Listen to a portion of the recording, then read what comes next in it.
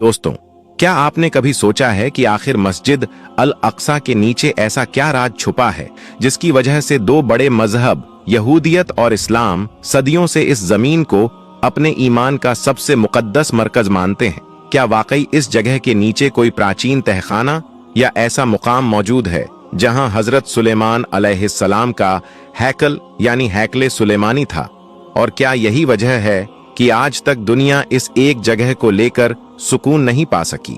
दोस्तों, आज की यह कहानी सिर्फ एक इमारत की नहीं बल्कि उन सदियों पुरानी इबादतों, जज्बातों और दुआओं की कहानी है जो मस्जिद अल अक्सा की जमीन में बसती है। यह वही जगह है जिसे दुनिया के तीनों इब्राहिमी मजाहिब इस्लाम, यहूदियत और ईसाइयत अपनी अपनी मान्यताओं में मुकद्दस मानते हैं। लेकिन क्या आपने कभी सोचा है कि आखिर यह जगह इतनी अहम क्यों है? क्यों यह दुनिया के सबसे विवादित मगर सबसे पवित्र स्थानों में से एक है? और यह हैकले सुलेमानी क्या है जिसके नाम पर सदियों से इस जमीन पर इतना कुछ होता आ रहा है? चलिए आज की इस रूहानी और ऐतिहासिक सफर में हम सब कुछ जानते हैं, कुरान और इतिहास के हवाले से। हजरत सुलेमान अलैहिस्सलाम अल्लाह के वो नबी थे जिन्हें बादशाहत भी दी गई और इल्म भी। वह हजरत दाऊद अलैहिस्सलाम के बेटे थे और जब अल्लाह ने हजरत दाऊद अलैहिस्सलाम से बादशाहत और नबूवत दोनों का ताज उनके बेटे सुलेमान अलैहिस्सलाम को दिया तो यह एक नई दास्तान की शुरुआत थी। सुलेमान अलैहिस्सलाम को अल्लाह ने ऐसी हिकमत दी थी जो किसी और के पास न थी। वह हवाओं को अपने काबू में करते, परिंदों की जबान समझते और जिन्नात उनके हुक्म से काम करते थे।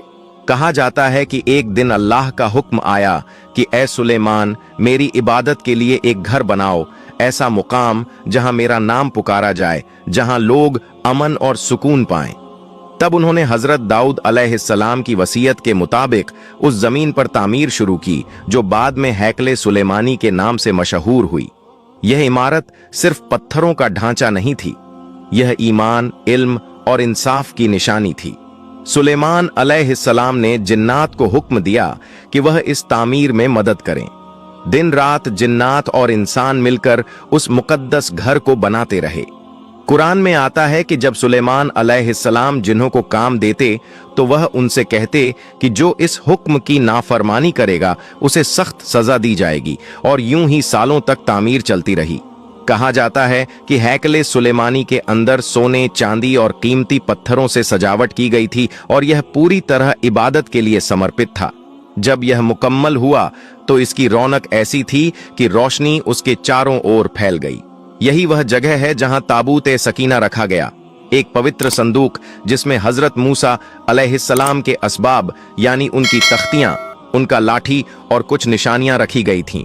यही वह जगह थी जहां से दुआएं कबूल होती और जहां सुलेमान अलैहिस्सलाम अल्लाह से सीधे बात करते। मगर वक्त का पहिया हमेशा एक जैसा नहीं घूमता। जब सुलेमान अलैहिस्सलाम का वक्त पूरा हुआ तो कहा जाता है कि वह जिन्हों की निगरानी में खड़े खड़े इस दुनिया से रुखसत हो गए, जिन्हों को तब तक मालूम नहीं हुआ जब तक उनकी लाठी न टूट गई और उनका जिस्म जमीन पर न गिरा। और जब यह बात खुली तो सबको एहसास हुआ कि अल्लाह ही असली ताकत वाला है। वक्त गुजरता गया और वही हैकल कई बार उजड़ा, तबाह हुआ। बाबिल का बादशाह बख्त नसर आया, उसने यरूशलेम को जला डाला और हैकले सुलेमानी को भी। यहूदियों का कहना है कि उन्होंने बाद में दूसरा हैकल बनाया, लेकिन वह भी रोमन फौजों ने तबाह कर दिया। यूं ही सदियों तक यह मुकद्दस जगह तबाही और तामीर के दौरों से गुजरती रही।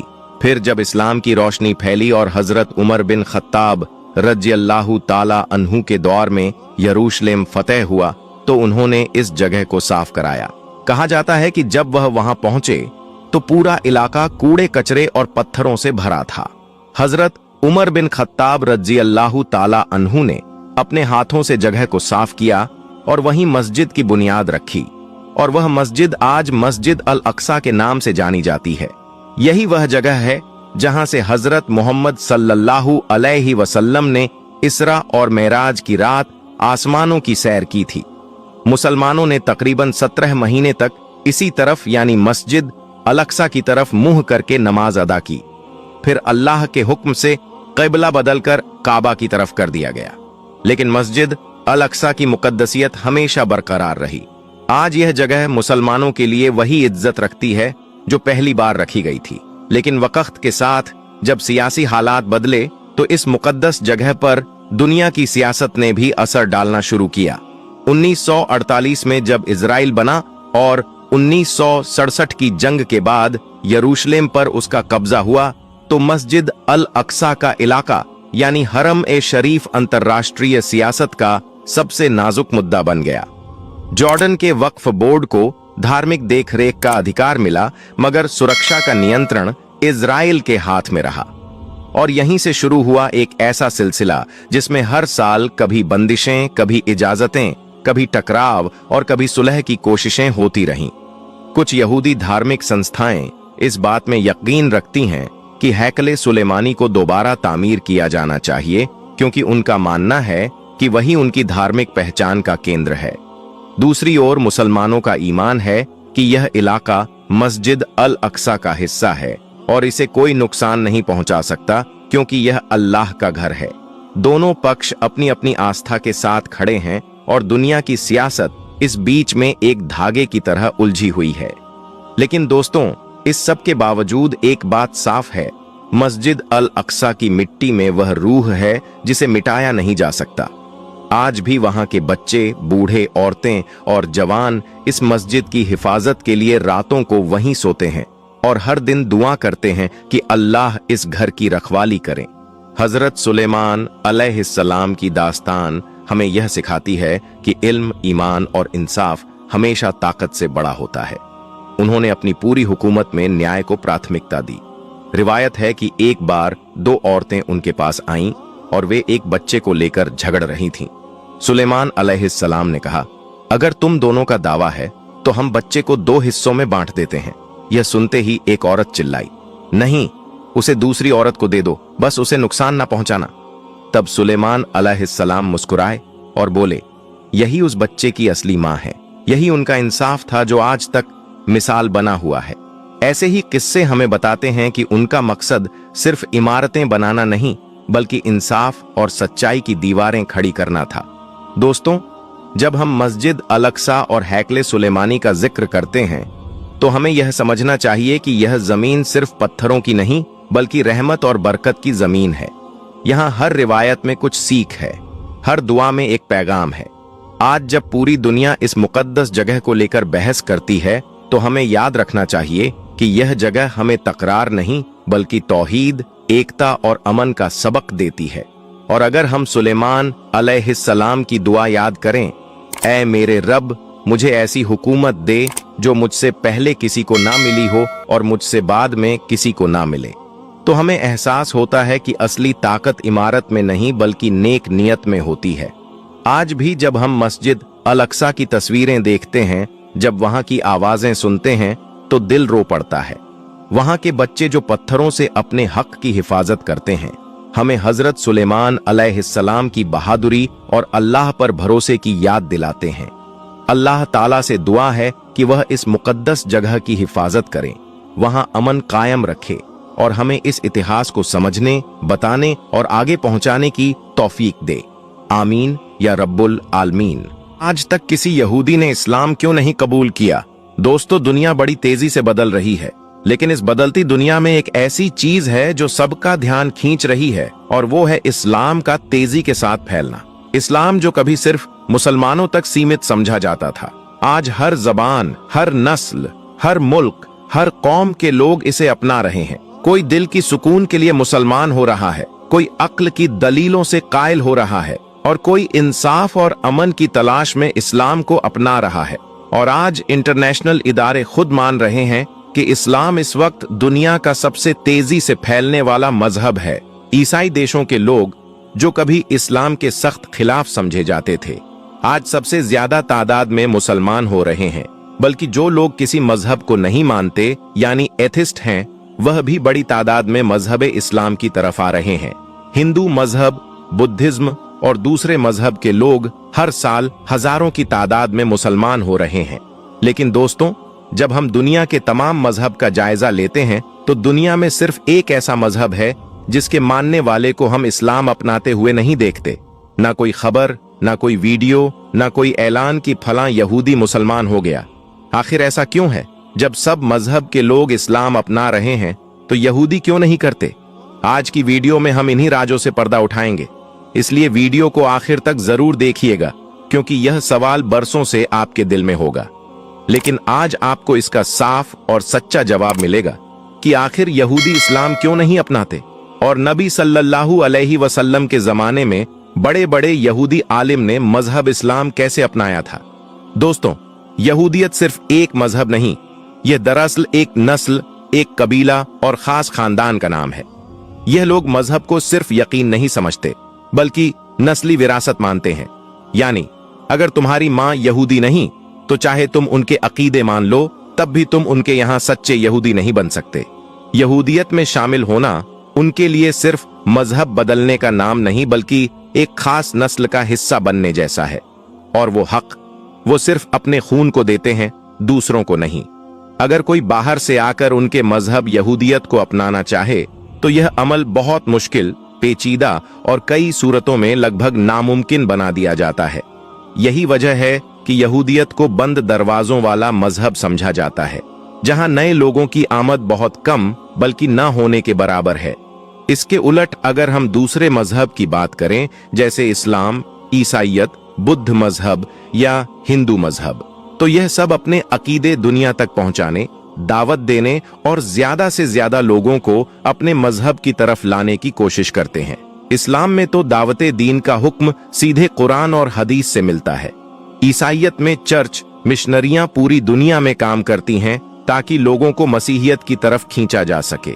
इसी तरह बुद्ध मजहब और हिंदू मजहब के मानने वाले भी अलग अलग तरीकों से अपने मजहब को फैलाने की मेहनत करते हैं। लेकिन यहूदियत की फितरत इसके उलट है। यहूदियत एक गैर दावती मजहब है। ये लोग आमतौर पर किसी को अपना मजहब अपनाने की दावत नहीं देते, ना ही इसकी हौसला अफजाई करते हैं। इनके यहाँ मजहब एक विरासत की चीज है, कोई खुला पैगाम नहीं जो दुनिया को दिया जाए। दोस्तों, यहूदियों के इस्लाम से दूर रहने की एक बड़ी वजह उनका घमंड और एहसास बड़ाई है। ये अपने आप को बाकी तमाम इंसानों से बेहतर, साफ और चुना हुआ समझते हैं। इनका यकीन है कि अल्लाह ने सिर्फ उन्हें चुना है।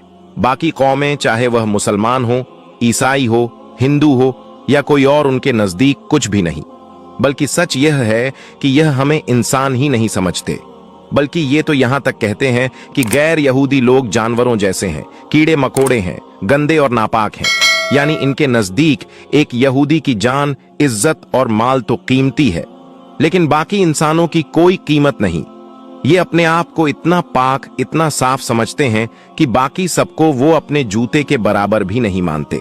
जब कोई कौम अपने अलावा सबको घटिया और कमीना समझे तो जाहिर है वो कभी भी दूसरे से सीखने या किसी और दीन की तरफ झुकने को अपनी बेइज्जती समझती है।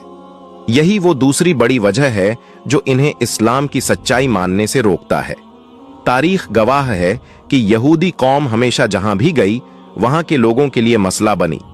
इनकी चालाकियां, पैसों के हथकंडे और साजिशी सोच अक्सर उन लोगों के लिए नुकसानदेह साबित हुई जिनके बीच वो रहे। यही वजह है कि अलग अलग दौर में इन्हें अलग अलग इलाकों से निकाला गया और कई बार इन पर जुल्म भी हुआ, चाहे वो यूरोप हो, स्पेन हो या जर्मनी।